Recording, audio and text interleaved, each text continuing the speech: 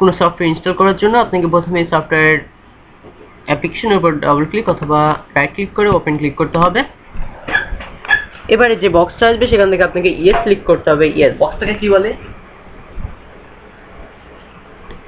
এবার এখান থেকে ভাষা নির্ণয় করতে হবে। আমি ইংলিশ অথবা স্প্যানিশ, ফ্রেঞ্চ, ইটালিয়ানো যে কোনো একটা দিতে পারতাম, আমি এখানে ইংলিশে পছন্দ করলাম।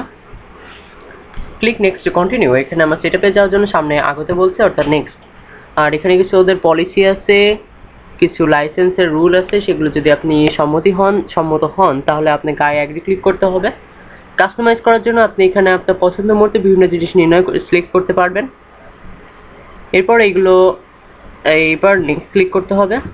আপনি এটা কোন ড্রাইভে, সি নাকি ডি না ই তে ইনস্টল করবেন সেটা আপনার পছন্দের উপর নির্ভর করে সেটা আপনি ঠিক করতে পারবেন। এখানে আমি সি ড্রাইভে ইনস্টল করছি এবং আপনারা দেখতে পাচ্ছেন যে ইনস্টল হচ্ছে।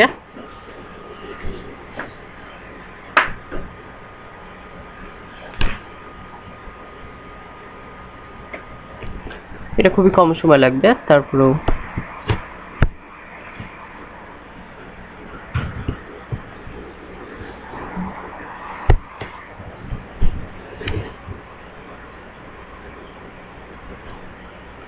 এখানে আমি ফিনিশ ক্লিক করলাম। এবার ভিএলসি রান হবে। কিছু ফর্মালিটিস পালন করার পর আমরা পেয়ে গেলাম ভিএলসি প্লেয়ার। চলুন ভিএলসি প্লেয়ার দিয়ে দেখে আসি একটি ভিডিও।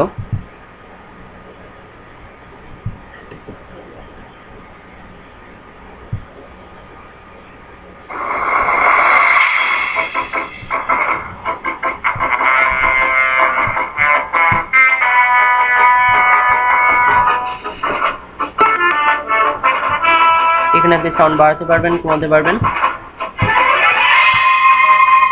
ভিডিও আগে দিতে পারবেন। এবার চলুন দেখে নিই কিভাবে আপনি সফটওয়্যারটা আনইনস্টল করবেন। প্রথমে মাই কম্পিউটারে ঢুকে সেখানে আনইনস্টল আর চেঞ্জ প্রোগ্রাম এখানে ক্লিক করবেন। ভিএলসি বের করে ডাবল ক্লিক, নেক্সট ক্লিক করবেন।